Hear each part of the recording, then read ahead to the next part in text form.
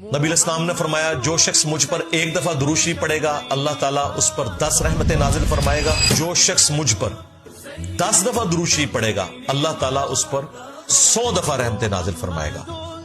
اور جو شخص مجھ پر 100 دفعہ درود شریف پڑھے گا اللہ تعالیٰ اسے منافقت اور دوزخ کی آگ سے بری کر دے گا اور قیامت کے دن اسے شہیدوں میں اٹھائے گا.